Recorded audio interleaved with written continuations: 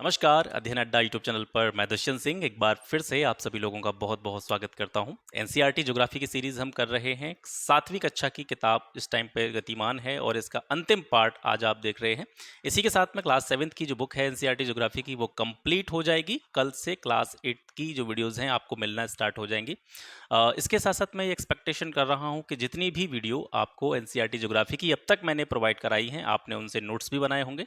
और नोट्स बनाने के साथ साथ आप जितना भी कंटेंट आपके पास हो गया है, जितना भी स्टडी मटेरियल आपके पास अब तक इकट्ठा हो चुका होगा, आप उसका रिवीजन भी बहुत अच्छी तरीके से कर रहे होंगे। अगर आप उसका रिवीजन नहीं कर रहे हैं तो जाहिर सी बात है आपको स्टार्ट करना पड़ेगा। रिवीजन स्टार्ट कर दें, क्योंकि अगर अगर आप जितनी भी पिछली क्लासेस हैं उनके नोट्स बनाते हुए उनका रिवीजन लगातार करते रहेंगे तो यूपीपीसीएस 2023 के एग्जाम में निश्चित रूप से आपको बहुत इसका लाभ मिलने वाला है। बहुत जल्दी मैं वीडियोस को कवर करने का प्रयास कर रहा हूं, जिससे कि और भी जो सब्जेक्ट हैं एनसीईआरटी की वो भी जल्दी से जल्दी आपके लिए इस चैनल के माध्यम से अवेलेबल हो जाएं। ठीक है, तो इस वीडियो में हम कुल मिलाकर के आज 2 चैप्टर कंप्लीट करेंगे। क्लास 7th का चैप्टर नंबर 8 और चैप्टर नंबर 9। ठीक है, लास्ट वीडियो है क्लास 7th की। तो हमारा पहला टॉपिक है मानव पर्यावरण अन्योन्य क्रिया। इसमें हम जानेंगे उष्णकटिबंधीय और उपोष्ण प्रदेश की परिस्थितियों के बारे में, क्या सिचुएशंस वहाँ पे रहती हैं, कौन कौन सी वनस्पतियाँ, मौसम, जलवायु, लोग, ठीक है, उनका रहना पहना कैसा किस तरीके का होता है, उस सभी चीज़ों के बारे में आज हम इसमें डिस्कस करने वाले हैं। तो चलिए स्टार्ट करते हैं।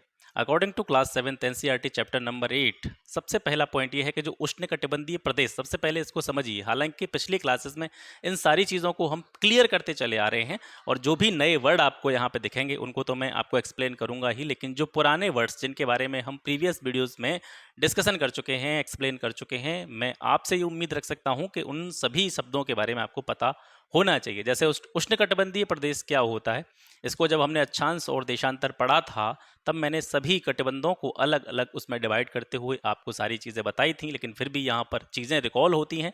एनसीईआरटी में एनसीईआरटी अपने आप में इस तरीके से डिज़ाइन करी जाती है कि आपको खुद रिवीजन होता चला जाएगा। मतलब पिछले चैप्टर्स के कुछ चीज़ों को वह इसमें आगे वाले जो चैप्टर्स होते हैं उनमें वो इंक्लूड करते हैं, जिससे कि आपको किसी भी तरह की समस्या पैदा ना हो। तो पहला पॉइंट है कि उष्णकटिबंधीय प्रदेश क्या होता है। ये मतलब कितने भाग से लेकर के कितने भाग तक ये फैला हुआ है, इसका विस्तार कहाँ से कहाँ तक है। तो अगर उष्णकटिबंधीय प्रदेश की बात करें तो जो कर्क रेखा और मकर रेखा का जो क्षेत्र होता है, कर्क रेखा और मकर रेखा के बीच का जो एरिया होता है वो उष्णकटिबंधीय प्रदेश के अंतर्गत कंसीडर किया जाता है। जैसे आपको समझाने की दृष्टि से मैं यहाँ पे ग्लोब बना रहा हूँ। ये आपकी 0 डिग्री अक्षांश है। 0 डिग्री अक्षांश से अगर हम उत्तरी ध्रुव की तरफ चलते हैं 23.5 डिग्री, ठीक है, 23.5 डिग्री, ये बार बार चीज़ें रिपीट हुई हैं। 23.5 डिग्री उत्तरी अक्षांश और भूमध्य रेखा से नीचे की तरफ यानी दक्षिणी भाग में 23.5 डिग्री दक्षिणी अक्षांश, इनके बीच का जो क्षेत्र होता है सर, ये वाला क्षेत्र, ठीक है, इसको क्या कहते हैं हम, उष्णकटिबंधीय प्रदेश। ठीक है, उष्णकटिबंधीय प्रदेश। उष्ण मतलब थोड़ा सा गर्म या आर्द्र जो जलवायु का प्रदेश होता है वो उष्णकटिबंधीय प्रदेश है। और बार बार ना जाने कितनी बार मैं इन चीज़ को आपको बता चुका हूँ कि भूमध्य रेखा पर सूर्य की किरणें बिल्कुल सीधी पड़ती हैं, यहाँ का जो टेम्परेचर है वो ज़्यादा रहता है, जलवायु है वो गर्म रहती है, तो ये उष्णकटिबंधीय प्रदेश के अंतर्गत कंसिडर इसको हम करते हैं। ठीक है, नेक्स्ट पॉइंट है भूमध्य रेखा के 10 डिग्री दक्षिण से 10 डिग्री उत्तर से 10 डिग्री दक्षिण के बीच का जो भाग है वो भूमध्य रेखीय प्रदेश कहलाता है। यानी जिस प्रदेश की हम बात करें, अगर इस मैप में देखें जो यहाँ पे आपको दिख रहा है, ये 0 डिग्री अक्षांश जो है ये दक्षिण अमेरिका से होकर के गुजर रही है। इसके ऊपर की तरफ जाएंगे, ठीक है, इसके ऊपर का भाग और भूमध्य रेखा से मतलब 10 डिग्री उत्तर की तरफ यहाँ तक और भूमध्य रेखा से 10 डिग्री दक्षिण यानी यहाँ तक। ठीक है, तो ये इन दोनों सबसे ऊपर वाली लाइन और सबसे नीचे वाली लाइन के बीच का जो भाग है इसको हम कहते हैं भूमध्य रेखीय प्रदेश। भूमध्य रेखीय प्रदेश मतलब भूमध्य रेखा के आसपास का जो क्षेत्र है, भूमध्य रेखा के आसपास का जो प्रदेश है वो भूमध्य रेखीय प्रदेश है। और इसी प्रदेश से, ठीक है, इसी स्थान से होकर के कौन सी नदी बहती है, अमेजन नदी बहती है। अमेजन नदी आप याद रखेंगे, कैसे याद रखेंगे कि अमेजन नदी कहाँ होकर के बहती है, ये भूमध्य रेखीय प्रदेश से होकर के बहती है। और अगर वैसे याद रखें, महाद्वीप के हिसाब से याद रखें तो दक्षिण अमेरिका महाद्वीप से होकर के जो है अमेजन नदी बहती है। और अमेजन नदी में जो उसकी सहायक नदियां होती हैं वो सारी मिल करके या उनका जो जाल बनता है, अमेजन नदी प्लस उसकी जितनी भी सहायक नदियां हैं वो सभी मिलकर के जिस व्यापक क्षेत्र का निर्माण करती हैं उसको हम कहते हैं अमेजन बेसन, जो कि आप इस चित्र में देख पा रहे होंगे। आपको जो ग्रीन कलर का जो एरिया दिख रहा है, ग्रीन कलर का जो एरिया आप देख पा रहे हैं, इसमें अमेजन और उसकी सहायक नदियां का जो क्षेत्र है वो आपको दिखाई दे रहा है, ठीक है। तो ये पूरा एरिया जो है दक्षिण अमेरिका का, इसको हम कहते हैं अमेजन बेसन, ठीक है। इसको क्या कहते हैं हम? अमेजन बेसन। अमेजन में बहुत सारी सहायक नदियां मिलकर के अमेजन बेसन का निर्माण करती हैं, मैंने आपको अभी बताया। अच्छा, अब हमको ये पॉइंट भी याद रखना है कि अमेजन नदी कहाँ कहाँ होकर के गुजरती है दक्षिण अमेरिका में, ठीक है। दक्षिण अमेरिका महाद्वीप में, साउथ अमेरिका कॉन्टिनेंट में जो अमेजन नदी है वो किस किस स्थान से होकर के गुजरती है या किन किन देशों से होकर के गुजरती है। तो यहाँ पर इनका क्रम याद रखेंगे। अमेजन नदी जो है ब्राज़ील के कुछ हिस्सों से होकर के निकलती है। इसके अलावा पेरू हो गया आपका, बोलीविया हो गया, ठीक है, इक्वाडोर हो गया, कोलंबिया, वेनेजुएला, इनके छोटे हिस्सों से होकर के अमेजन नदी का प्रवाह होता है। अमेजन नदी के बारे में आपको ये पता होगा कि अपवाह दृष्टि यानी आयतन के हिसाब से या अपवाह तंत्र के हिसाब से विश्व की सबसे बड़ी नदी है। अगर लंबी नदी के हिसाब से बात की जाए तो नील नदी जो है विश्व की सबसे लंबी नदी है लंबाई के अनुसार, ठीक है। इसका आयतन अगर देखा जाए, चौड़ाई या अपवाह क्षेत्र के बारे में बात की जाए, तो अमेजन नदी जो है सबसे बड़ी नदी है और लंबाई के हिसाब से नील नदी के बाद में दूसरी सबसे बड़ी नदी है अमेजन नदी, ठीक है। अच्छा, एक पॉइंट और यहाँ से आप नोट कर सकते हैं चाहें तो। जैसे अगर मैं आपको बताता हूँ तो बहुत बेहतर रहेगा कि अगर आप पेपर और पेन लेकर के बैठें, तो कुछ पॉइंट्स ऐसे होते हैं जो मैं आपको वर्बली बताता हूँ तो उनको आप नोट कर सकते हैं। इसके अलावा जो भी चीज़ें यहाँ पर मैं बता रहा हूँ, देखिए मैं मोबाइल से वीडियो बनाता हूँ तो बहुत ज़्यादा अच्छी क्वालिटी की एक्सपेक्टेशन, जो टेक्स्ट लिखा हुआ है या जो चीज़ें लिखी हुई हैं उनमें तो क्वालिटी जाहिर सी बात है आपको दिखाई देगा, विजिबल होंगी। लेकिन मैप जो है वो बहुत अच्छी क्वालिटी के यहाँ पर मैं मोबाइल से नहीं आपको दिखा सकता। तो लेकिन आप इसके लिए जब भी ज्योग्राफी पढ़ रहे हैं तो आपका एक उत्तरदायित्व तो बनता है, आपकी एक रिस्पॉन्सिबिलिटी बनती है कि आप ज्योग्राफी का अध्ययन बिना मैप के ना करें। मतलब जब भी आप भूगोल पढ़ने के लिए बैठ रहे हैं, चाहे आप एनसीईआरटी से पढ़ रहे हैं, इस वीडियो से पढ़ रहे हैं, या फिर आपकी पास कोई भी बुक है ज्योग्राफी की, कोई भी स्टैंडर्ड बुक है, उससे आप ज्योग्राफी का अध्ययन कर रहे हैं, तो आप उसके साथ में एक एटलस वाली जो बुक आती है जिसमें सारे मानचित्र दे रखे होते हैं वो आपके पास होना बिल्कुल मैंडेटरी है। अगर आप बिना मैपिंग के ज्योग्राफी पढ़ रहे हैं तो आप कहीं ना कहीं ज्योग्राफी को ठीक से नहीं पढ़ रहे हैं और आप जो आउटपुट मिलना चाहिए आपको या आपके सीखने के बाद में जो आउटपुट आपका आना चाहिए वो आउटपुट उसमें नहीं आ पाएगा अगर आप बिना मैपिंग के ज्योग्राफी को देख रहे हैं, ठीक है।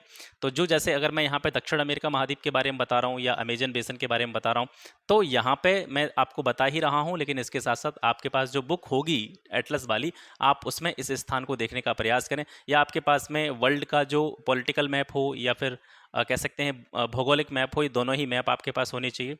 और जब भी आप पढ़ें या जब भी आप रिवाइज करें तो उस पॉलिटिकल नहीं, ज्योग्राफिकल मैप में इन सारी चीज़ों को पॉइंट आउट करने की कोशिश करें। देखिए मैपिंग का एक तरीका होता है, मैपिंग पढ़ने का ही मैं थोड़ा सा इसमें 5 मिनट आपके लेना चाहूँगा कि जब भी मैपिंग आप करते हैं तो मैपिंग में आपको मैप को याद नहीं करना है, मैप अपने आप याद हो जाता है। कैसे याद हो जाता है? जब भी कोई स्थान या कोई फैक्ट या कोई लाइन जिसमें किसी पर्टिकुलर प्लेस के बारे में बताया जा रहा है, तो आपको सिर्फ क्या करना है, मैप में नज़र डालनी है और मैप पर नज़र डालने के बाद में सिर्फ वो स्थान देखना है अपनी आंखों से कि ये स्थान यहाँ पर है। और चाहें तो आप उसके आसपास के 2-3 स्थानों को पढ़िए, बस मुंह से बोलिए कि ये स्थान है, इस स्थान के आसपास ये चीज़ है, ये चीज़ है, ये चीज़ है। ऐसे करके देखेंगे तो एक इमेज आपके दिमाग में उस चीज़ की बन जाएगी और अगर 2-3 बार आप देखेंगे तो वो कंठस्थ चीज़ आपको जो है हो जाएगी, ठीक है। तो इस तरीके से अमेजन नदी जो है ब्राज़ील के कुछ भागों, पेरू, बोलीविया, इक्वाडोर, कोलंबिया और वेनेजुएला के छोटे भाग से बहती है।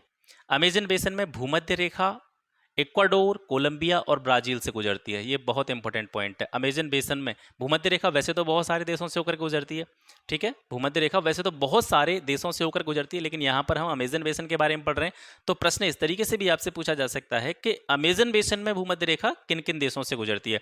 तो यहाँ पे आप देखेंगे भूमध्य रेखा मतलब 0 डिग्री अक्षांश हुई, ठीक है। भूमध्य रेखा मतलब 0 डिग्री अक्षांश। अब यहाँ से आप देखिए ये 0 डिग्री अक्षांश जो है ये इक्वाडोर से होकर के जा रहा है, ठीक है। इसके अलावा कोलंबिया का कुछ हिस्सा, ठीक है, कोलंबिया का कुछ हिस्सा, जैसे मैं इसको लाइन को हटाता हूँ, देखिए कोलंबिया आप यहाँ तक है आपका कोलंबिया, तब इक्वाडोर से होकर के निकल रही है भूमध्य रेखा। जब इक्वाडोर से होकर निकल रही है तो कोलंबिया के भी कुछ भाग को जो है ये कवर करते हुए निकल रही है और उसके बाद में ये जो बीच वाला स्थान है जो ग्रीन ग्रीन आपको दिखाई दे रहा है, ठीक है, ये आपका क्या है, ब्राज़ील है। तो इक्वाडोर, कोलंबिया और ब्राज़ील, इन तीनों देशों से होकर के जो है अमेजन बेसन के अंतर्गत मैं बात कर रहा हूँ। अमेजन बेसन में जो भूमध्य रेखा है इक्वाडोर, कोलंबिया और ब्राज़ील, इन 3 कंट्रीज से होकर गुजरती है। बहुत इंपॉर्टेंट पॉइंट है, आपको याद रखना है। अब बात करते हैं कि अमेजन बेसन का जो क्लाइमेट है वो किस तरीके का है, यहाँ की जलवायु कैसी है। अमेजन बेसन चूंकि भूमध्य रेखा के पास का क्षेत्र है, भूमध्य रेखा यहाँ से होकर के गुजरती है और भूमध्य रेखा पर आपको पता है सूर्य की किरणें बिल्कुल सीधी पड़ती हैं, यहाँ पर टेम्परेचर ज़्यादा रहता है, आर्द्र मौसम रहता है, उष्णता यहाँ पर जो है देखने को मिलती है। तो आप ये बिल्कुल यहाँ से इमेजिन कर पा रहे होंगे कि भूमध्य रेखा के आसपास क्या है, गर्म और नम जलवायु है। भूमध्य रेखा के आसपास के क्षेत्रों में क्या है, जलवायु जो हमारा क्लाइमेट है वो कैसी है, गर्म और नम है। और अमेजन बेसिन भी यहीं पे पड़ रहा है, तो अमेजन बेसिन की जलवायु भी हम कैसे मान सकते हैं, गर्म और नम जलवायु यहाँ पर मान सकते हैं। इन स्थानों पर यानी अमेजन बेसिन के जो स्थान हैं या भूमध्य रेखा के आसपास के जो क्षेत्र हैं वहाँ पर वर्षा जो है लगभग रोज होती है, प्रतिदिन वर्षा होती है यहाँ पे। और दिन का जो टेम्परेचर है वो काफ़ी ज़्यादा हाई रहता है, दिन का टेम्परेचर काफ़ी उच्च, और इसके साथ साथ में जो ह्यूमिडिटी होती है, आर्द्रता होती है इस स्थान की, वो भी काफ़ी उच्च होती है। आर्द्रता के बारे में हम प्रीवियस क्लासेस में आपको एक्सप्लेन मैं कर चुका हूँ। आर्द्रता क्या होती है, आर्द्रता मतलब जो उमस का मौसम होता है, मतलब धूप पड़े या न पड़े लेकिन पसीना आपको आता रहेगा, पसीना सूखेगा नहीं। जैसे किसी दिन अगर आपके आसपास उमस का मौसम होता है तो उस दिन जैसे मान के चलिए कि आपने कपड़े धोकर के सुखाए तो वो सूखेंगे नहीं, जल्दी सूखेंगे नहीं, क्योंकि उनमें से पानी का वाष्पीकरण नहीं होगा। आर्द्र मौसम होगा, पसीना भी आपका लगातार चलता रहेगा, बेशक धूप पड़ रही है नहीं पड़ रही है ये मैटर नहीं करता। तो आर्द्रता जो रहती है वो काफ़ी हाई लेवल पे रहती है अमेजन बेसिन में, ठीक है। और रात का तापमान जो होता है वो थोड़ा सा कम होता है, लेकिन जैसी आर्द्रता दिन में देखने को मिलती है वैसी ही आर्द्रता रात में भी यहाँ पर देखने को मिलती है। मतलब टेम्परेचर तो ऊपर नीचे हो जाता है, दिन का टेम्परेचर थोड़ा ज़्यादा रहेगा, रात का टेम्परेचर कम हो जाएगा, लेकिन आर्द्रता जैसी दिन में थी वैसी ही रात में भी देखने को मिलती है। आर्द्रता में यहाँ परिवर्तन नहीं होता है, ठीक है। अब इसके बाद में वर्षावन, अमेजन बेसिन में जो वर्षावन है, यानी अमेजन बेसिन में वर्षावन का मतलब क्या है कि भाई आपको पता है अमेजन बेसिन में लगभग रोज वर्षा होती है, और जिस स्थान पर डेली वर्षा हो रही है तो उस स्थान पर आप क्या मानेंगे, बहुत सारी वनस्पतियां वहां पे उगेंगी, बहुत प्रकार के पेड़ वहां पर आपको देखने को मिलेंगे। मतलब वो स्थान पूरा इतना हरा भरा रहेगा कि वहां आपको स्थान भी नहीं मिलेगा पैर रखने के लिए, इतने सारी वनस्पतियां वहां पे आपको देखने को मिलेंगी। तो जो वर्षावन है, क्योंकि यहाँ पर अमेजन के क्षेत्रों में पूरे वर्ष भर वर्षा होती है, रोज वर्षा होती है, तो यहाँ बहुत सारी वनस्पतियां पाई जाती हैं। तो अत्यधिक वर्षा के कारण जो वनों का यहाँ पर हम कह सकते हैं प्रकार है ना, वो कैसे हैं, सघन वन है, मतलब बहुत घने वन है, बहुत पास पास, पेड़ों के बीच में गैप नहीं है, ठीक है। तो बहुत पास पास, एक दूसरे के पास पास जो है बहुत सारे पेड़ हैं, बहुत सारी वनस्पतियां हैं। और यहाँ की जो जमीन है, सघनता इतनी ज़्यादा है पेड़ों की कि यहाँ की जो ज़मीन है उस पर सूर्य का प्रकाश भी ठीक से नहीं पहुँच पाता है, या बिल्कुल नहीं पहुँच पाता है। तो यहाँ की भूमि को हम क्या बोलेंगे, यहाँ की जो भूमि है, ज़मीन है जो अमेजन बेसिन की, वो कैसी है, प्रकाश रहित है, यहाँ पर प्रकाश नहीं पहुँच पाता है। और प्रकाश नहीं पहुँच पाता है, इसके साथ साथ वर्षा भी हो रही है, तो भूमि कैसी होगी, नम होगी, वेट जो है यहाँ पर जो है ज़मीन पाई जाती है। और यहाँ पर जो वनस्पतियों का प्रकार है, या जिस तरीके के यहाँ छोटी छोटी वनस्पतियाँ, मतलब पेड़ों के अलावा जो छोटी वनस्पतियाँ हैं जो उगती हैं यहाँ पर, उन वनस्पतियों की स्पेशलिटी ये होती है कि वे इस टाइप की वनस्पतियाँ होती हैं जो केवल छाया में, बिना सूर्य के प्रकाश की उपस्थिति में छाया में वृद्धि करने वाली या छाया में पनपने वाली वनस्पतियाँ ही यहाँ पर सबसे ज़्यादा पाई जाती हैं। क्योंकि जो प्रकाश है वो पेड़ों के ऊपरी सतह पर पड़ता है और पेड़ों से पूरा एरिया जो है वो कवर अप रहता है, तो छोटी छोटी वनस्पतियाँ होंगी नीचे, उन तक सूर्य का प्रकाश पहुंचता नहीं है। तो जनरली यहाँ की जो वनस्पतियाँ होती हैं उनकी क्वालिटी ये होती है कि वे ऐसी वनस्पतियाँ होती हैं जो जिनको प्रकाश की ज़रूरत नहीं होती, वो केवल छाया में ही अपने आप को बड़ा कर सकती हैं, छाया में पनपने की जिनके अंदर क्षमता होती है। यहाँ पर कुछ परजीवी पौधे पाए जाते हैं, जैसे कुछ उदाहरण एनसीईआरटी में दे रखे हैं, आर्किड हो गया, या आपका ब्रोमेलाइड हो गया, ये परजीवी पौधे हैं। ब्रोमेलाइड के बारे में जैसे बताया गया है कि अपनी पत्तियों में ये जल संचय करता है। ब्रोमेलाइड जो परजीवी पौधा है ये अपनी पत्तियों में जल का संचय कर लेता है, जल को इकट्ठा कर लेता है। और मेंढक जैसे जो प्राणी होते हैं, इन पत्तियों का प्रयोग या इन पत्तियों के अंदर जो जल होता है इसका प्रयोग जो है वो अंडे देने के लिए करते हैं। मेंढक जैसे जो प्राणी हैं वो इनमें क्या देते हैं, अंडे देते हैं, ठीक है। प्राणी जात की प्रचुरता है यहाँ पर, बहुत सारे जीवों की अलग अलग प्रकार की प्रजातियाँ पाई जाती हैं, चाहे वो पक्षी हों, चाहे वो जीव जैसे जानवर वगैरह हों, ठीक है, या फिर शरीरप, कीड़े मकोड़े, मछलियाँ, बहुत सारी यहाँ पर वैरायटीज़ देखने को मिलती हैं। अमेजन वर्षावन जो है भौगोलिक विविधता की दृष्टि से, जैव विविधता की दृष्टि से बहुत ज़्यादा समृद्ध है। यहाँ पर अनगिनत प्रकार की वनस्पतियाँ हैं, अनगिनत प्रकार के पेड़ पाए जाते हैं, अनगिनत प्रकार के जीवों की यहाँ पर प्रजातियाँ पाई जाती हैं।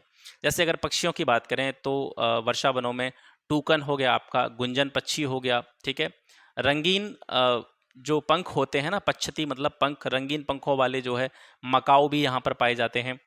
जानवरों में जैसे बंदर हो गया, स्लॉथ हो गया, टैपीर, टैपीर जो है ये चींटी खाने वाला एक जीव होता है, ये चींटियों को खा करके अपना पेट भरता है, तो टैपीर होता है, ये भी आपको याद रखना है। तो बंदर हो गया, स्लॉथ हो गया, टैपीर हो गया, ये सारे यहाँ पर जानवर पाए जाते हैं। एक चीज़ आप याद रखें, एनसीईआरटी जो एग्जाम्पल्स आपको प्रोवाइड करती है या फिर एनसीईआरटी की बुक में जो एग्जाम्पल दे रखे होते हैं, आपको उनको बहुत सीरियसली देखना है, ठीक है। जो उदाहरण एनसीईआरटी की पुस्तकों में दे रखे हैं उनको आपको बहुत गंभीरता से याद करना है, क्योंकि कभी कभी ऐसा होता है, चाहे हम किसी भी एक दिवसीय परीक्षा की बात करें, वनडे एग्जाम हो, स्टेट पीसीएस का एग्जाम हो, जो प्रीलिम्स एग्जाम होता है, एलिमिनेटिंग एग्जाम होता है जिसमें ऑब्जेक्टिव क्वेश्चंस आते हैं, ठीक है, बहुविकल्पी प्रश्नों वाले जो पेपर होते हैं उनमें सीधे सीधे एनसीईआरटी के जो एग्जाम्पल्स हैं उनको उठा करके क्वेश्चन पुटअप कर देते हैं। तो आपको विशेष रूप से एनसीईआरटी के जो एग्जाम्पल्स हैं, उदाहरण जो एनसीईआरटी बता रही है, उनको आपको विशेष रूप से अपने दिमाग में रखना है। इसके अलावा देखिए यहाँ पर प्राणी जातियों में मगरमच्छ पाए जाते हैं, सांप की बहुत सारी प्रजातियाँ पाई जाती हैं, जैसे अजगर हो गया, एनाकोंडा जो कि काफ़ी बड़ा सांप होता है, एनाकोंडा पाया जाता है, बोआ जैसे खतरनाक सांपों की प्रजाति भी यहाँ पर पाई जाती हैं। एक मछली होती है पिराना, पिराना के ऊपर तो मूवी भी बनी है हॉलीवुड में, आपने देखी होंगी पिराना। पिराना मछली जो होती है, ये एक इस प्रकार की मछली होती है जो मांस खाती है, ठीक है, मांस खाने वाली मछली जो होती है, खतरनाक भी होती है काफ़ी, ये अमेजन नदी में पाई जाती है, ठीक है। इसी अमेजन बेसन में जो अमेजन नदी बहती है, इस अमेजन नदी में पिराना नामक मछली पाई जाती है, ये भी आप याद रखेंगे। अब जैसे प्रश्न आपसे पूछ लिया जाए, निम्नलिखित में से कौन सी मछली मांस खाती है, तो आप याद रखेंगे पिराना मछली। वर्षा वन के निवासियों के बारे में बात करते हैं। छोटे क्षेत्र में वन के पेड़ काट करके ये खेती करते हैं। यानी अगर आपसे पूछा जाए कि वर्षा वनों में जो लोग निवास करते हैं, अमेजन के वर्षा वनों में जो लोग रहते हैं, वो कृषि करने के लिए किस पद्धति का उपयोग करते हैं, तो उस पद्धति का नाम है कर्तन एवं दहन कृषि पद्धति। कर्तन एवं दहन कृषि पद्धति का मतलब है कि जो पेड़ हैं या वन हैं, जंगल हैं, उनमें से किसी एक भाग को काट करके, मतलब जंगल का एक छोटा सा हिस्सा उन्होंने क्या किया, पेड़ वहाँ से काट दिए, उस भूमि को कृषि योग्य बनाया, ठीक है। छोटे क्षेत्र में पेड़ों को काट करके, वनों को काट करके एक भूमि साफ की उन्होंने, साफ करके क्या किया, वहाँ पर उसको पेड़ों को जला दिया, वनस्पतियों को जला दिया, उससे क्या है जो खाद के रूप में वो चीज़ें परिवर्तित हो गई और वो भूमि को उन्होंने कैसा बनाया, उपजाऊ बनाया। इस तरीके से वहाँ पर उन्होंने कृषि की जो है प्रक्रिया वो प्रारंभ की। तो वर्षा वनों में जो कृषि की प्रक्रिया है वो कर्तन और दहन कृषि पद्धति पाई जाती है। यहाँ के जो पुरुष होते हैं ज़्यादातर एक ही चीज़ में संलिप्त रहते हैं, जैसे शिकार वगैरह करना, मांस वगैरह जो है जानवरों का शिकार करके अपने जीवन यापन के लिए, भोजन के लिए जो है उनको मार करके लाना, ये पुरुषों का कार्य होता है। महिलाएं जनरली क्या करती हैं, जो कृषि का कार्य है वर्षा वनों में, वो महिलाएं देखती हैं। महिलाएं विशेष रूप से फसलों का ध्यान रखती हैं और पुरुष लोग जो है वो शिकार का कार्य करते हैं। यहाँ के लोगों का आहार क्या है, कौन कौन सी चीज़ों का ये सेवन करते हैं, यहाँ का सबसे विशेष जो कह सकते हैं अमेजन रेशन का विशेष आहार जो है उसका नाम है मैनियोक। इसको कसावा के नाम से भी जाना जाता है। मैनियोक याद रखेंगे, बहुत इंपॉर्टेंट है ये मैनियोक। इसका दूसरा नाम जो है कसावा, कसावा की तरह ये होता है और इसकी जो पैदावार होती है वो जैसे आलू उगाया जाता है ज़मीन के अंदर, उसी तरीके से कसावा या मैनियोक जो है वो पैदा किया जाता है। इसके अलावा यहाँ के लोग चींटियों की रानी, या चींटियों की रानी जो होता है वो उसके अंडकोश जो होते हैं उनको भी यहाँ सेवन करते हैं। जो अंडे होते हैं ना चींटियों के, उनको भी खा जाते हैं। फसलों की बात करें अमेजन बेसिन में तो टिपियोका हो गया, अनानास हो गया, शकरकंद हो गया, कॉफ़ी, मक्का, कोको, इस प्रकार की जो फसलें हैं वो इन अमेजन बेसिन के अंतर्गत जो है पैदा की जाती हैं। निवास की बात करें तो यहाँ के लोगों के जो घर हैं वो मधुमक्खी के छत्ते के आकार के छप्पर नुमा घर जो है यहाँ पर देखने को मिलते हैं, ठीक है। इस तरीके से, यानी यहाँ पक्के घर तो नहीं है, तो इस तरीके से ये जैसे आपका ज़मीन हो गया, तो इस तरीके से जो है घर यहाँ पर आपको देखने को मिलेंगे। इस तरीके के घर यहाँ पर देखने को मिलते हैं, ठीक है। ये आपका जो है छप्पर नुमा जो है कहने का मतलब है मधुमक्खी के छत्ते टाइप का जो है उसका सिर बनाते हैं, घर का जो ऊपर वाला हिस्सा होता है, छप्पर के घर बनाते हैं लकड़ी और फूस के सहायता से। इसके अलावा कुछ बड़े बड़े अपार्टमेंट भी हैं यहाँ पर जिन्हें मलोका कहा जाता है। इनकी छतों का जो ढलान होता है वो तीव्र होता है, क्योंकि यहाँ वर्ष भर वर्षा होती रहती है, प्रतिदिन वर्षा होती है, तो वर्षा का पानी जो है छतों पर ना रुके, जिससे कि जो भी निवास है उनका उसको हानि ना पहुँचे, तो इस वजह से जो है उनकी छत की ढलान है वो तीव्र रखी जाती है। अच्छा, यहाँ देखते हैं 1970 में यहाँ पर एक मार्ग बनाया गया था जिसे ट्रांस अमेजन महामार्ग के नाम से जाना जाता है। इस महामार्ग के बनने से पहले अमेजन बेसिन के सभी भागों में सामान्य व्यक्ति की पहुँच, या जो भी व्यक्ति वहाँ पर जाना चाहते थे, या जो भी कह सकते हैं प्राणी वैज्ञानिक या जीव वैज्ञानिक जो होते हैं, या फिर कह सकते हैं जो वनस्पतियों में रुचि रखने वाले व्यक्ति होते हैं, वो वहाँ पे जा नहीं पाते थे, क्योंकि वहाँ का जो कह सकते हैं आवागमन का जो सिस्टम था वो बिल्कुल ही बाधित था। तो 1970 में क्या हुआ, ट्रांस अमेजन महामार्ग बना, और इस महामार्ग के बनने से ये हुआ कि वर्तमान में वर्षा वन के जितने भी भाग हैं अमेजन के, वहाँ पर सामान्य लोगों की पहुँच जो है वो संभव हुई है, वहाँ पर जाया जा सकता है। इसके अलावा एक समस्या और है यहाँ पर, जैसे-जैसे डेवलपमेंट हो रहा है, वहाँ की जो जनजातियाँ हैं, उनको मुख्य धारा में लाने का प्रयास किया जा रहा है, तो उससे जो विकास की गतिविधियाँ होती हैं, डेवलपमेंट का जो प्रोसेस होता है, उसमें क्या होता है, जो जैव विविधता होती है किसी भी पार्टिकुलर स्थान की, जैसे कि अमेज़न वर्षा वनों की हम बात कर रहे हैं, तो अमेज़न वर्षा वनों की जो जैव विविधता है, वो धीरे-धीरे कम हो रही है, क्योंकि वहाँ पर विकास का कार्य चल रहा है, विकास की गतिविधियाँ हो रही हैं, तो वर्षावन धीरे-धीरे क्या हो रहे हैं, नष्ट हो रहे हैं। नष्ट हो रहे नहीं, नष्ट किए जा रहे हैं मनुष्य के द्वारा।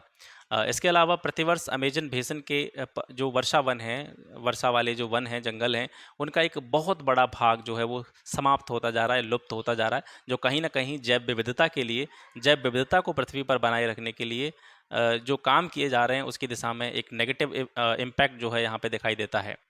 तो ये हमने अभी तक सारी चीज़ें जानी अमेज़न बेसिन के बारे में। इसके बाद में अब डिस्कस करते हैं गंगा ब्रह्मपुत्र बेसिन, जो कि भारत में है, इसके बारे में बात करेंगे।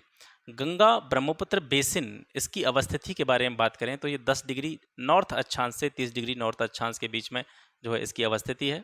10 डिग्री उत्तरी अक्षांश से 30 डिग्री उत्तरी अक्षांश के बीच में, इस तरीके से। इस पर हम बाद में डिस्कस करेंगे, पहले आपको यहाँ से बता देते हैं। तो उपोष्ण में 10 डिग्री उत्तरी अक्षांश से 30 डिग्री उत्तरी अक्षांश के बीच में गंगा ब्रह्मपुत्र का बेसिन है। गंगा और ब्रह्मपुत्र नदियां जो है इस बेसिन की सबसे प्रमुख नदियां हैं। इन दोनों नदियों के अलावा इन नदियों की बहुत सी सहायक नदियां हैं। जैसे गंगा की सहायक नदियों में जैसे हम बात करें तो घाघरा नदी हो गई, सोन नदी हो गई, चंबल हो गया, गंडक हो गई, कोसी हो गई। ये गंगा की जो सहायक नदियां हैं, इनका जो विस्तार है, ये सारी चीज़ें यहाँ फैल करके एक बेसिन का निर्माण करती हैं, जिसको हम कहते हैं गंगा ब्रह्मपुत्र का बेसिन। ठीक है। तो ये हो गया आपका गंगा ब्रह्मपुत्र बेसिन। इसका विस्तार आपने देखा, 10 डिग्री उत्तरी अक्षांश से 30 डिग्री उत्तरी अक्षांश के बीच में। अब यहाँ से आप देखेंगे, ये जो आपको ग्रीन वाला पोर्शन इस मैप में दिखाई दे रहा होगा, ये आपका पूरा क्या है, ये गंगा और ब्रह्मपुत्र का बेसिन क्षेत्र है। ठीक है। गंगा और ब्रह्मपुत्र का ये बेसिन क्षेत्र है, जिसको मैं यहाँ पॉइंट आउट कर रहा हूँ। जो भी हरा हरा भाग आपको दिखाई दे रहा है, ये सभी क्या है, ये गंगा ब्रह्मपुत्र का बेसिन है। ठीक है। बीच में कुछ स्थान छूट जाते हैं। अब इसमें जो है बहुत सारी नदियां हैं, सहायक नदियां हैं। तो जैसा कि मैंने हमें से कहा था कि जैसे ही आप मैपिंग कर रहे हैं, मैप में पढ़ रहे हैं, तो आप अपने पास एटलस ज़रूर रखें। अब आप मुझे कमेंट करके बताएंगे कि गंगा नदी की सहायक नदियां कौन कौन सी हैं। जो क्वेश्चंस मैं आपको कर रहा हूं, ये आप कमेंट में करके मुझे बताएंगे। अगर आप वीडियो को यहाँ तक देख पा रहे हैं तो मुझे लगता है काफ़ी लोग जो है इसको नहीं देखते हैं। तो अगर जैसे आप देख पा रहे हैं और यहाँ तक वीडियो देख रहे हैं, तो आप यहाँ पर कमेंट में ये आंसर दें, और आंसर नहीं दें तो मैप में ढूंढने का प्रयास करें कि गंगा नदी की सहायक नदियाँ कौन कौन सी हैं। इसके अलावा ब्रह्मपुत्र नदी की सहायक नदियाँ कौन कौन सी हैं। जो चीज़ें मैं आपको बता रहा हूँ अभी, जो आपको ढूंढना है, बुक में ढूंढना है, एनसीईआरटी में ढूंढिए, मैप में ढूंढिए। ये ऐसे क्वेश्चन हैं जो बहुत बार एग्जाम में पूछे गए हैं। जैसे मैं आपको बता रहा हूँ, गंगा नदी की नदियाँ, ये आपको कमेंट करना है कि कौन कौन सी हैं गंगा नदी की सहायक नदी। ब्रह्मपुत्र की सहायक नदियाँ ये कौन कौन सी हैं, ये भी आपको कमेंट करना है। इसके अलावा आपको ये पता करना है कि गंगा और ब्रह्मपुत्र का बेसिन, ठीक है, इस मैप में आप आसानी से पॉइंट आउट कर पाएंगे अगर आप थोड़ा सा भी सोचेंगे तो। गंगा ब्रह्मपुत्र का जो बेसिन है वो मतलब वो किन किन राज्यों में फैला हुआ है, या किन किन राज्यों में उसका हिस्सा जो है अवेलेबल है। आप यहाँ से देख पा रहे होंगे, सारी सीमाएं आपको नज़र आ रही हैं। ये भी आपको कमेंट में करना है। ठीक है। गंगा ब्रह्मपुत्र का बेसिन किन किन राज्यों में फैला हुआ है, किन किन राज्यों में इसका विस्तार है, गंगा की सहायक नदी कौन सी है, ब्रह्मपुत्र की सहायक नदी कौन सी है। एक क्वेश्चन, ये 3 क्वेश्चन हो गए। चौथा क्वेश्चन और बता रहा हूँ आपको कि ब्रह्मपुत्र नदी और गंगा नदी को अलग अलग स्थानों पर किन किन नामों से जाना जाता है। ये 4 प्रश्न हो गए। ठीक है। एक बार फिर से रिपीट कर रहा हूँ, गंगा की सहायक नदियाँ आपको कमेंट करनी है, ब्रह्मपुत्र की सहायक नदियाँ आपको कमेंट करनी है। इसके अलावा गंगा ब्रह्मपुत्र का जो बेसिन है किन स्टेट्स में जो है ये फैला हुआ है, ये आपको कमेंट करना है। और चौथा, गंगा और ब्रह्मपुत्र नदी को अलग अलग स्थानों पर किन किन अलग अलग नामों से जाना जाता है। ये 4 क्वेश्चन हो गए। इन 4 क्वेश्चन का मैं आंसर के आपके जो भी रिस्पॉन्स होंगे उसका इंतज़ार करूँगा। ठीक है। ढूंढिए, मैप में ढूंढने का प्रयास कीजिए। गंगा और ब्रह्मपुत्र के मैदान जो हैं पर्वत और हिमालय के गिरिपाद तथा सुंदरवन डेल्टा इस बेसिन की मुख्य विशेषताएं हैं। यानी क्या कह रही है एनसीईआरटी, हमको ये बता रही है कि जो अमेजन नहीं, गंगा ब्रह्मपुत्र का जो बेसिन है, इसमें कौन कौन सी प्रमुख चीज़ें हैं, इसमें कौन कौन सी प्रमुख चीज़ों जो है सम्मिलित की जाती हैं। तो गंगा और ब्रह्मपुत्र नदी के द्वारा जो बनाया गया मैदान है, जो कि बहुत ज़्यादा उपजाऊ क्षेत्र माना जाता है। इसके अलावा पर्वत, हिमालय के गिरिपाद, मतलब गिरिपाद का मतलब है हिमालय की तलहटी वाले जो क्षेत्र हैं, ठीक है, हिमालय की बिल्कुल नीचे लेवल वाले जो क्षेत्र हैं, तलहटी वाले जो क्षेत्र हैं। इसके अलावा सुंदरवन का जो डेल्टा है, ये अमेजन बेसिन की प्रमुख गंगा ब्रह्मपुत्र बेसिन की बहुत जो है मुख्य चीज़ें मानी जाती हैं। अब क्या है कि मैंने अमेजन बेसिन पढ़ा है तो बार बार अमेजन बेसिन ही मुंह पे आ रहा है, ठीक है, तो उसको कोई दिक्कत नहीं है, आपको नेगलेक्ट कीजिएगा उस चीज़ को। इसके अलावा इस बेसिन में, गंगा ब्रह्मपुत्र के बेसिन में जो मैदानी क्षेत्र है वहाँ पर चाप झीलें पाई जाती हैं। अब चाप झील क्या होती है? अब जिसने पिछली क्लासेस देखी होंगी तो मैंने उसमें बताया था कि चाप झील क्या होती है, किस तरीके से बनती है, इसका निर्माण कैसे होता है। तो आपने पिछली क्लासेस देखी हैं तो आपको चाप झील के बारे में ज़रूर पता होगा। तो गंगा ब्रह्मपुत्र का जो बेसिन है, इसका जो मैदानी क्षेत्र है, इसमें चाप झीलें पाई जाती हैं। जलवायु की, क्लाइमेट की अगर बात करें तो यहाँ की जलवायु मानसूनी है और जनरली यहाँ मिड जून से लेकर के मिड सितंबर तक जो है वर्षा का मौसम रहता है, वर्षा होती रहती है।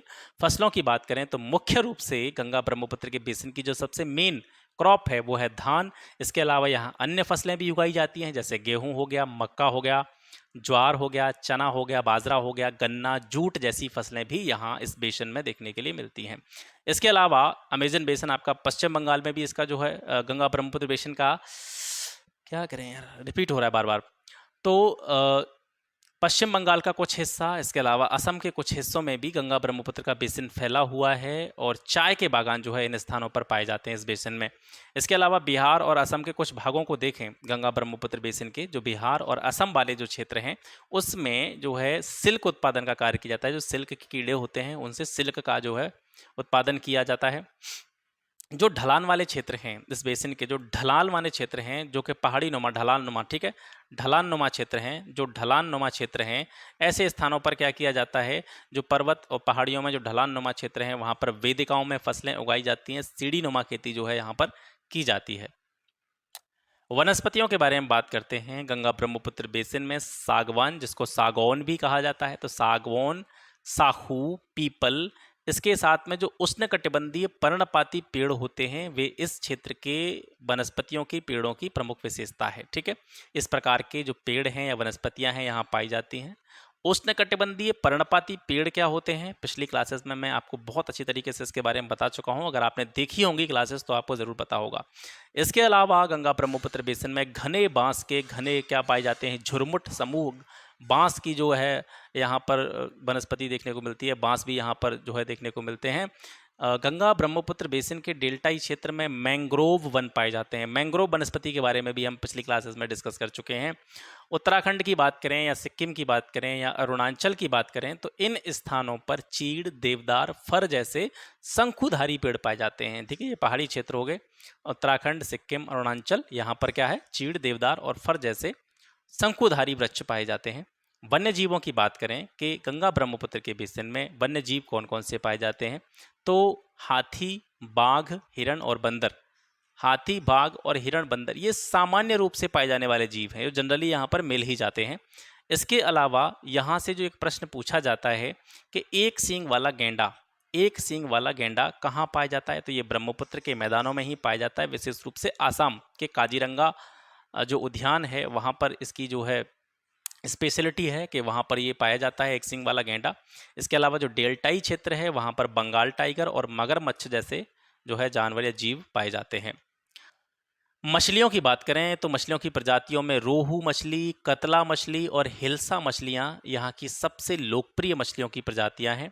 इसके अलावा एक सूसू नाम की मछली भी पाई जाती है, जिसको जो डॉल्फिन की एक प्रजाति मान सकते हैं, इसको अंधी डॉल्फिन भी कहा जाता है, सूसू इसको कहा जाता है। तो यह जल की शुद्धता की सूचक है। बहुत ही इंपॉर्टेंट प्रश्न है, कई बार पूछा गया है कि ऐसी कौन सी मछली है जिसकी किसी जल में उपस्थिति थे उस जल की शुद्धता या प्योरिटी के बारे में हमको डायरेक्शन प्राप्त होता है, हमको जानकारी मिलती है। तो इस मछली की ये खासियत है कि ये विशेष रूप से ऐसे ही पानी में रहती है, ऐसे ही पानी में पनपती है, ऐसे ही पानी में इसका निवास स्थान होता है जो बिल्कुल स्वच्छ होता है, जिसमें किसी भी प्रकार की कोई गंदगी नहीं होती है। तो ये जल की शुद्धता की सूचक है। इसके अलावा झीलों में उगने वाले स्थानीय खरपतवार जो है यहाँ पर मछलियों का भोजन बनते हैं। वो स्थानीय खरपतवार कौन से हैं, जो गंगा ब्रह्मपुत्र के आसपास की झीलों में पाए जाते हैं, जैसे वैलिनेरिया, हाइड्रा, ये जो खरपतवार हैं ये मछलियाँ इनको अपने भोजन के रूप में यूज़ करती हैं। गंगा ब्रह्मपुत्र के मैदानों में कई बड़े शहर और कस्बे स्थित हैं, जैसे इलाहाबाद हो गया, ठीक है, कानपुर हो गया, वाराणसी हो गया, लखनऊ हो गया, पटना, कोलकाता। ऐसे जो मेट्रोपॉलिटन सिटीज़ हैं जिनकी पॉपुलेशन 10 लाख से ज़्यादा है, वो भी जो है गंगा नदी के तट पर आपको गंगा ब्रह्मपुत्र के बेसिन में देखने के लिए मिल जाएंगे। यातायात का यहाँ पर एक सुविकसित तंत्र जो सिस्टम है वो यहाँ अवेलेबल है। सड़क मार्ग की भी यहाँ पे सुविधा है, रेल मार्ग भी यहाँ पर प्रचलित है, जल मार्ग की भी व्यवस्था यहाँ पे देखने को मिलती है। जैसे जल मार्ग में अगर हम एग्जाम्पल लें हैं, एनसीईआरटी में जो दिया गया है कि हुगली नदी पर जो कोलकाता है एक बहुत ही महत्वपूर्ण पत्तन है, बहुत ही महत्वपूर्ण बंदरगाह है। पर्यटन या टूरिज्म की दृष्टि से देखें तो इस बेसिन में यानी गंगा ब्रह्मपुत्र के बेसिन में बहुत सारे दर्शनीय स्थल हैं जो कि पर्यटकों के आकर्षण का केंद्र हमेशा से रहे हैं और आज भी हैं। तो जैसे यमुना नदी के किनारे आगरा में देखें तो ताजमहल है, ठीक है। इलाहाबाद में आप जानते हैं जो वर्तमान में प्रयागराज के नाम से जाना जाता है, यहाँ गंगा और यमुना नदियों का क्या होता है, संगम होता है, मिलन होता है, यानी प्रयागराज जो है वो गंगा और यमुना नदियों का मिलन स्थल के रूप में जाना जाता है। यूपी और बिहार जो है ये बौद्ध स्तूपों के लिए बड़े फेमस हैं। इमामबाड़ा जो है ये लखनऊ में है। असम जो है, असम में काजीरंगा एवं मानस जो प्राणी वन्य उद्यान हैं, वन्य प्राणी उद्यान जो है काजीरंगा वन्य प्राणी उद्यान, मानस वन्य प्राणी उद्यान, इसमें जो है ये पर्यटकों के आकर्षण का भी केंद्र हैं, दर्शनीय स्थल हैं। टूरिज्म की दृष्टि से भी ये दोनों प्राणी उद्यान जो हैं वो बहुत ज़्यादा इम्पोर्टेंट हैं। इसके अलावा अरुणाचल जो ये भी गंगा ब्रह्मपुत्र के बेसिन के अंतर्गत अरुणाचल प्रदेश का कुछ हिस्सा आता है, और अरुणाचल प्रदेश का जो कल्चर है, यहाँ की जो जनजातीय संस्कृति है वो भी जो है देखने की दृष्टि से काफ़ी अच्छी है, पर्यटन की दृष्टि से भी काफ़ी महत्वपूर्ण है। आगे देखते हैं, ये 8th चैप्टर आपका समाप्त हो चुका है। इसके बाद में हम स्टार्ट करते हैं चैप्टर नंबर 9, रेगिस्तान में जीवन। रेगिस्तान होता क्या है? रेगिस्तान एक प्रकार का शुष्क प्रदेश होता है जिसकी अगर हम स्पेशलिटीज़ देखें, जिसकी विशेषताओं के बारे में अगर बात करें तो यहाँ पर टेम्परेचर उच्च होता है, हाई टेम्परेचर रहता है, और निम्न तापमान पर, ठीक है, यानी कम तापमान पर विरल वनस्पति हैं, ठीक है। यानी रेगिस्तान में आप देखेंगे हाई टेम्परेचर और ऐसी वनस्पतियां जो कम तापमान पर उगाई जा सकती हैं यहाँ पर बहुत ही कम पाई जाती हैं। ये तापमान के आधार पर रेगिस्तान जो होते हैं ठंडे हो सकते हैं, गर्म भी हो सकते हैं। अब रेगिस्तान को जैसे ही नाम हमारे कानों में जाता है तो हमारे दिमाग में एक ऐसी इमेज बन करके आती है कि एक ऐसा स्थान जहाँ पर बहुत ज़्यादा गर्मी है, बहुत ज़्यादा टेम्परेचर है, बहुत ज़्यादा जहाँ पर उष्णता देखने को मिल रही है, ऐसा दिमाग में हमारे में एक इमेज बन जाती है। लेकिन आपको ये पता होनी चाहिए कि रेगिस्तान का मतलब सिर्फ गर्म स्थान से नहीं होता है। रेगिस्तान गर्म भी हो सकता है, रेगिस्तान ठंडा भी हो सकता है। फॉर एग्जांपल इस चैप्टर में हम 2 रेगिस्तानों के बारे में बात करेंगे। जैसे जो सहारा का मरुस्थल है या सहारा का रेगिस्तान है, इसको हम गर्म रेगिस्तान के रूप में जानते हैं, और हमारा जो लद्दाख वाला जो क्षेत्र है जहाँ पर बहुत ज़्यादा ठंड रहती है, वनस्पतियाँ वहाँ पे भी आपको बहुत कम देखने को मिलेंगी, बर्फ़ ही बर्फ़ चारों तरफ देखने को मिलेगी, तो उसको हम ठंडे रेगिस्तान के रूप में कंसीडर करते हैं, ठीक है। तो सबसे पहले हम बात करते हैं गर्म रेगिस्तान सहारा के विषय में। सहारा कहाँ पे स्थित है? ये नॉर्थ अफ्रीका के एक बहुत बड़े भूभाग पर फैला हुआ है, और सहारा मरुस्थल या सहारा का रेगिस्तान ये पूरे वर्ल्ड का सबसे बड़ा रेगिस्तान है। अगर इसके क्षेत्रफल की, एरिया की बात करें तो लगभग 8.5 लाख स्क्वायर किलोमीटर में, वर्ग किलोमीटर में ये जो सहारा का मरुस्थल है ये फैला हुआ है। अगर आपसे पूछा जाए कि सहारा का मरुस्थल कितने देशों से घेरा हुआ है, यानी सहारा मरुस्थल के चारों ओर कितने सारे देश हैं जो सहारा मरुस्थल को टच करते हैं, तो इन देशों की संख्या 11 है, याद रखेंगे। और किन 11 देशों से जो सहारा का मरुस्थल है घिरा हुआ है उनके नाम यहाँ आप आपको देख पा रहे होंगे, जैसे अल्जीरिया, चाड हो गया, मिस्र हो गया, लीबिया हो गया, Mali, Mauritania, Morocco, Niger, Sudan, Tunisia और पश्चिमी सहारा। इन लोग मतलब इन क्षेत्रों के जो है ये सहारा मरुस्थल घिरा हुआ है, इनके नाम आपको याद रखने हैं।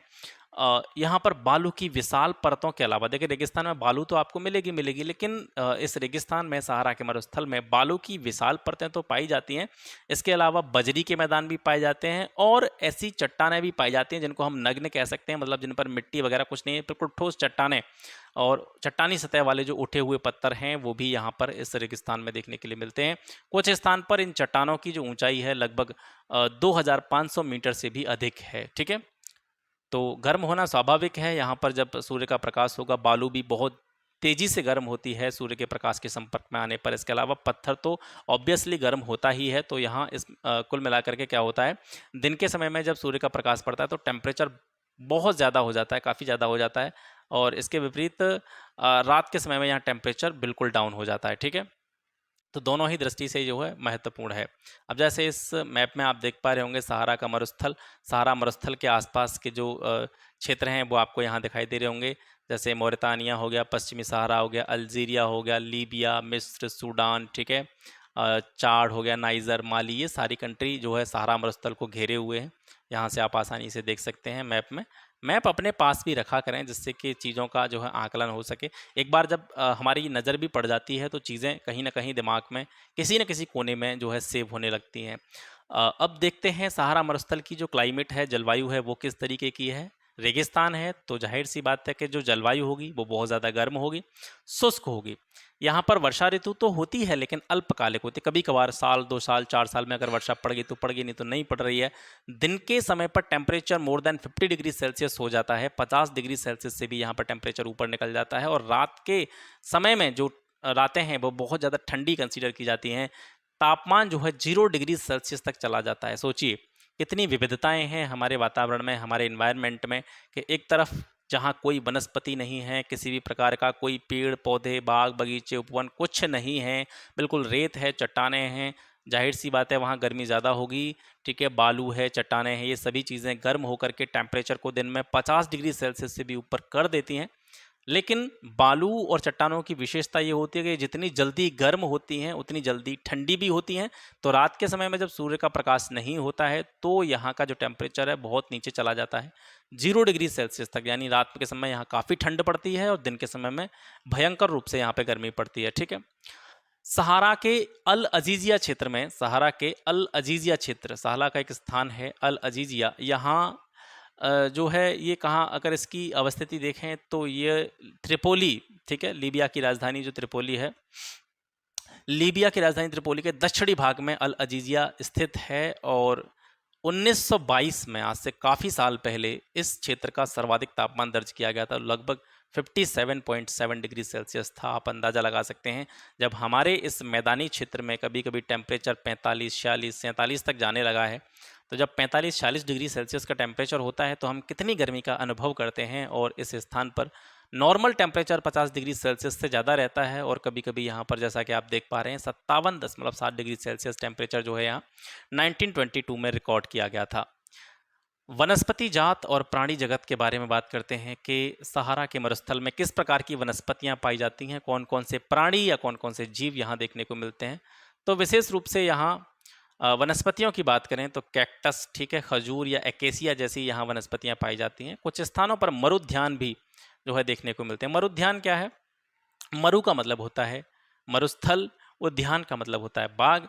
तो यहाँ और किसी चीज़ के बाग या उपवन तो आपको देखने को नहीं मिलेंगे, लेकिन कहीं कहीं खजूर के पेड़ों से घिरे हुए हरे भरे द्वीप यहाँ पर दिखाई देते हैं, जिन्हें को हम क्या कहते हैं? मरुद्यान कहते सॉरी मरुद्यान कहते हैं। इसके अलावा जानवरों में, प्राणियों में देखा जाए तो ऊँट यहाँ पे विशेष रूप से पाया जाता है। लकड़बग्गा हो गया, सियार, लोमड़ी, बिच्छू, सांप, छिपकली, ये जो है जीवों या प्राणियों की प्रजातियाँ सहारा के मरुस्थल में देखने को मिलती हैं। लोगों के बारे में देखते हैं। सहारा के मरुस्थल में विभिन्न समुदाय के लोगों का निवास है। इसमें बेदुइन और तुआरेग भी शामिल हैं। बेदुइन और तुआरेग ये चलवासी जनजाति के लोग होते हैं। ये चलवासी जनजाति के लोग होते हैं। इनका मुख्य कार्य होता है एक तरह से पशुपालन, जिसमें ये बकरी, भेड़, ऊंट, घोड़ा, इन सभी जानवरों को पालते हैं। विशेष रूप से जो बकरी वगैरह का ये पालन करते हैं या भेड़ वगैरह का जो पालन करते हैं, ये विशेष रूप से दूध के लिए इनका पालन करते हैं। ठीक है, और बाकी की जो और भी काम जो है पशुओं से यहाँ पे लिए जाते हैं, जैसे उनकी जो खाल होती है, इनका जो स्किन होती है, उससे ये पेटी या बेल्ट बनाना या फिर जूते तैयार करना या पानी की बोतल बनाने के लिए जो चमड़ा है वो इन जानवरों का वो काम आता रहता है। पशुओं के बालों का उपयोग ये लोग करते हैं चटाई बनाने में, कालीन बनाने में, कपड़े और कंबल बनाने के लिए ये पशुओं के बालों का प्रयोग करते हैं। ठीक है, सहारा मरुस्थल की हम बात कर रहे हैं। यहाँ के जो लोग हैं, क्योंकि रेगिस्तानी क्षेत्र है, मरुस्थल है, और यहाँ कभी कभी धूल भरी तेज आंधियाँ चलती हैं, गर्म वायु चलती है, तो खुद को ये जैसे जिस तरीके के वस्त्र हम पहनते हैं, जिस तरीके के हम परिधान पहनते हैं, कपड़े पहनते हैं, अगर उन कपड़ों में हम रेगिस्तानी क्षेत्र में निवास करेंगे तो कहीं न कहीं वो हम अनुकूलित नहीं कर पाएँगे खुद को, क्योंकि वहाँ ये जो कपड़े हैं हमारे पर्याप्त नहीं हैं, उस टाइप की जो क्लाइमेट, उस टाइप का जो मौसम है, उस टाइप का जो टेम्परेचर है, उसको बियर करने के लिए, सहन करने के लिए। तो यहाँ के जो लोग जो हैं धूल भरी आँधियों और गर्म हवा से बचने के लिए भारी कपड़े पहनते हैं, भारी वस्त्र पहनते हैं, ठीक है? सहारा मरुस्थल में भी जैसे आपने देखा होगा काफ़ी सारे मरुद्यान हैं, इसके अलावा मिस्र की जो नील नदी है, ठीक है? मिस्र की जो नील नदी है इसके कारण यहाँ जल की उपलब्धता होती है, जिसके कारण खजूर, ठीक है, चावल, गेहूँ, जौ, सेम इनकी फसल की जाती है। और अगर कपास की बात करें तो विशेष रूप से मिस्र की जो मुख्य फसल की बात करें तो वो कपास जो है विशेष रूप से प्रसिद्ध है, पूरे वर्ल्ड में फेमस है मिस्र की कपास। इसकी जो क्वालिटी होती है सामान्य जो हम लोग कपास उगाते हैं उससे बहुत बेहतर जो है इसकी गुणवत्ता होती है, क्वालिटी होती है। अल्जीरिया, लीबिया और मिस्र, जिसको इजिप्ट भी कहा जाता है, अल्जीरिया, लीबिया, मिस्र में तेल की खोज जो है वो की गई है और इसके कारण रेगिस्तान का जो कह सकते हैं स्थिति है रेगिस्तान की, वो तेज़ी से बदल रही है, तेज़ी से यहाँ पे परिवर्तन हो रहे हैं। खनिज तेल के अलावा यहाँ पर अन्य खनिज भी देखने को मिल सकते हैं, जैसे आपको लोहा, फास्फोरस हो गया, मैग्नीज हो गया, यूरेनियम हो गया, इस तरह के यहाँ पर भी जो है खनिज देखने को मिलते हैं। सहारा की जो जीवन शैली है, जीवन जीने का तरीका है लोगों का, वह धीरे धीरे बदल रहा है। यहाँ पर भी अब भवनों का निर्माण प्रारंभ हो गया है। इसके अलावा रोड्स वगैरह या जो महामार्ग हैं, हाईवे जो है वो यहाँ से बनाए जा रहे हैं, ठीक है। एक मरुद्यान का जो उदाहरण दिया गया है एनसीईआरटी में, वो आप याद रखेंगे, टेफिलालेट मरुद्यान, ये मोरक्को में है। और जैसा कि मैं कहता ही चला आ रहा हूँ आपसे कि आप एनसीईआरटी के एग्जाम्पल्स को बहुत ही सीरियसली देखें। टेफिलालेट मरुद्यान ये मोरक्को में है और इसका जो एरिया है, क्षेत्रफल है, लगभग 13,000 वर्ग किलोमीटर के क्षेत्र में ये फैला हुआ है। ये आपका सहारा का मरुस्थल, जो गर्म मरुस्थल था, गर्म रेगिस्तान था, उसके बारे में आपने जाना। अब इसके बाद में ठंडा रेगिस्तान, जो हमारा लद्दाख है, इसको ठंडा रेगिस्तान भी कहा जाता है, इसके बारे में जानते हैं। लद्दाख जो शब्द है विशेष रूप से दो शब्दों से मिलकर के बना है, एक है ला प्लस दाख। लाख का मतलब होता है पर्वतीय दर्रा और ताख का मतलब होता है देश, ठीक है, पर्वतीय दर्रे वाला देश। अगर इसकी अवस्थिति स्थिति की बात करें तो जम्मू कश्मीर के पूर्व में जो हिमालय की तीन श्रृंखलाएं हैं, कह सकते हैं हिमालय के तीन पार्ट हैं, बृहद हिमालय, मध्य हिमालय और आपका शिवालिक हिमालय, जो सबसे दक्षिणी हिमालय का भाग है। तो जम्मू कश्मीर के पूर्व में जो बृहद हिमालय स्थित है, वहाँ पर जो है लद्दाख की अवस्थिति है। आप मैप में भी देख पा रहे होंगे, जैसे मैप भी यहाँ पे मैंने बना दिया है, उसको मैं दिखाऊंगा आपको।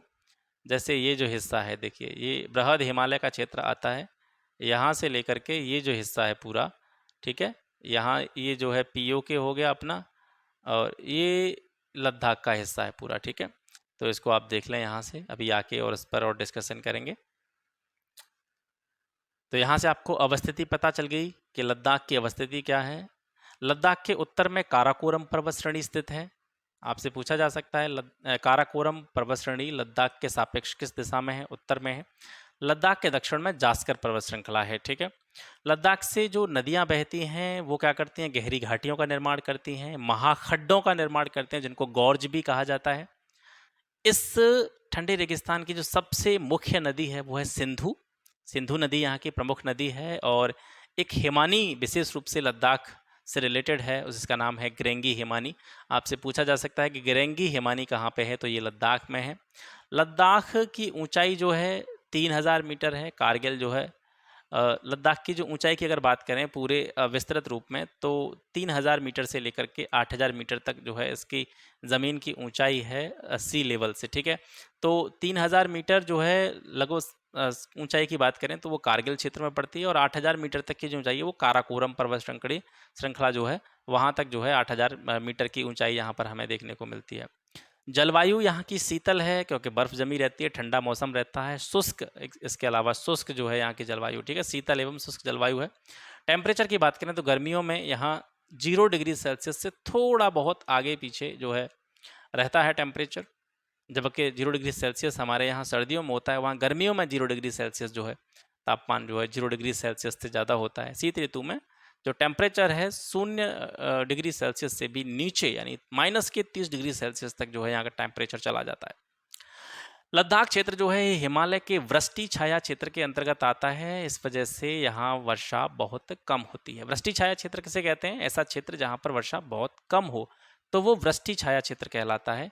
और जनरली अगर वर्षा की मात्रा के मापन के हिसाब से देखें तो लगभग हर साल 10 सेंटीमीटर के आसपास यहाँ पे वर्षा होती है। ठीक है, लद्दाख आप देख पा रहे होंगे, लद्दाख में जो है सियोक नदी भी बहती है। इसके अलावा इंडस मतलब सिंधु नदी हो गई। ठीक है, तो ये दो नदियों के नाम आपको याद रखने हैं लद्दाख क्षेत्र में। सिंधु नदी यहाँ की सबसे प्रमुख नदी है, इसके अलावा श्योक नदी भी जो है यहाँ पर बहती है।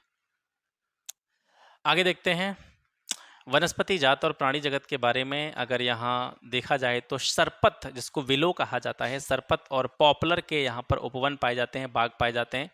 विलो विलो सरपत को ही कहा जाता है। जैसे विलो का नाम आपने सुना होगा, अगर आप क्रिकेट खेलने के शौकीन हैं या देखने के शौकीन हैं तो आपको पता होगा कि क्रिकेट का सबसे अच्छा जो बैट होता है वो विलो की लकड़ी से ही बनाया जाता है। विलो के कुछ पेड़ जो हैं या विलो के जो भी कह सकते हैं जंगल हैं, वन हैं, वो भारत के साथ साथ अन्य देशों में भी पाए जाते हैं। तो जैसे कहा जाता है कि बैट की जो क्वालिटी है या बैट का जो टाइप है वो इंग्लिश विलो है या कश्मीर विलो है।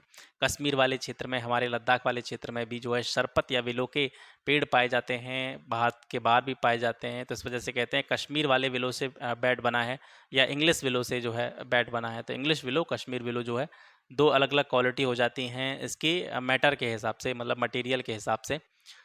इसके अलावा फलों की बात करें तो सेब हो गया, खुमानी हो गया, अखरोट के पेड़ भी जो है ग्रीष्म ऋतु में यहाँ फलते फूलते दिखाई देते हैं।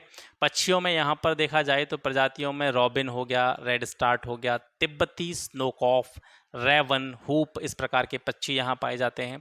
पशुओं में देखें तो जंगली बकरी, जंगली भेड़, याक, ठीक है, याक जो है यहाँ पाया जाता है। और यहाँ स्पेशली लद्दाख क्षेत्र की बात मैं कर रहा हूँ, याक का जो दूध होता है इसका यूज पनीर और मक्खन बनाने में किया जाता है, याद रखेंगे। ठीक है, लद्दाख क्षेत्र के लोग दूध जो पनीर और मक्खन बनाते हैं वो किसके दूध से बनाते हैं? याक के दूध से बनाते हैं। यहाँ के लोगों में अधिकांश लोग या तो बौद्ध हैं, बौद्ध धर्म को मानने वाले हैं, या मोमडिन हैं, मुसलमान हैं।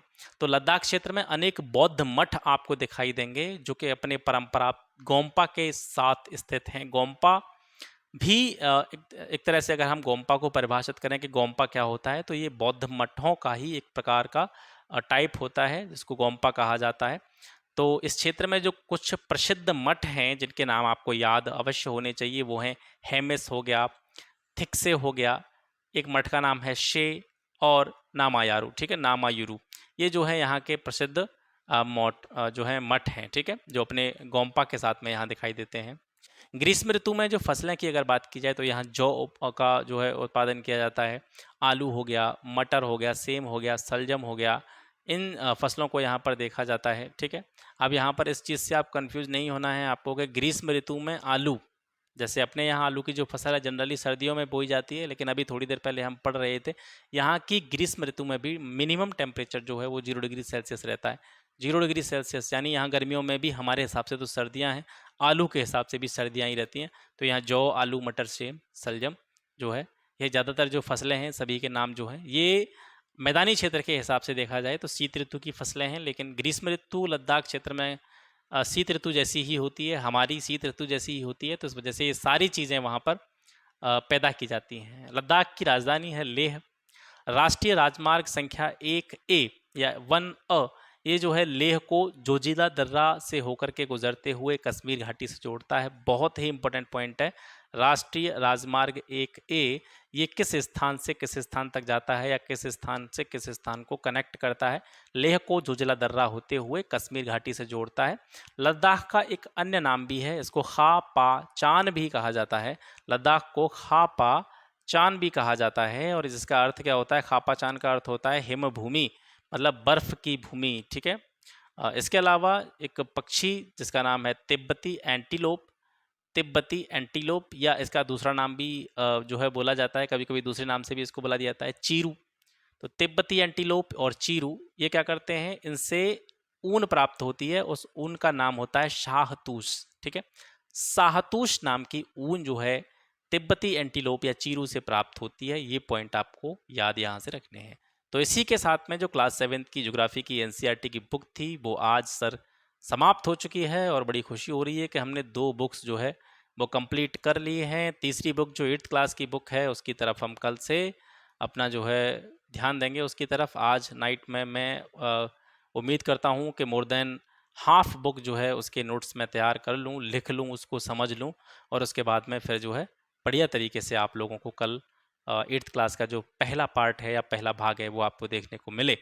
अपना फीडबैक, रिस्पॉन्स, अपना सहयोग, सपोर्ट बनाए रखिएगा। लगातार हमको पढ़ाई करते रहना है, लगातार हमको तैयारी करते रहना है और अब की बार पीसीएस को बहुत ही अच्छी तरीके से देना है, पूरी तैयारी के साथ देना है। और तब तक मैं ये उम्मीद भी करता हूँ कि मैं सारी चीज़ें जो कि यूपी पीसीएस 2023 के एग्ज़ाम के लिए आवश्यक होंगी, एग्ज़ाम से पहले अगर सब कुछ ठीक-ठाक रहा तो मैं निश्चित रूप से सारी चीज़ें तब तक कवर अप आपको करा दूँगा और मैं खुद भी कर लूँगा।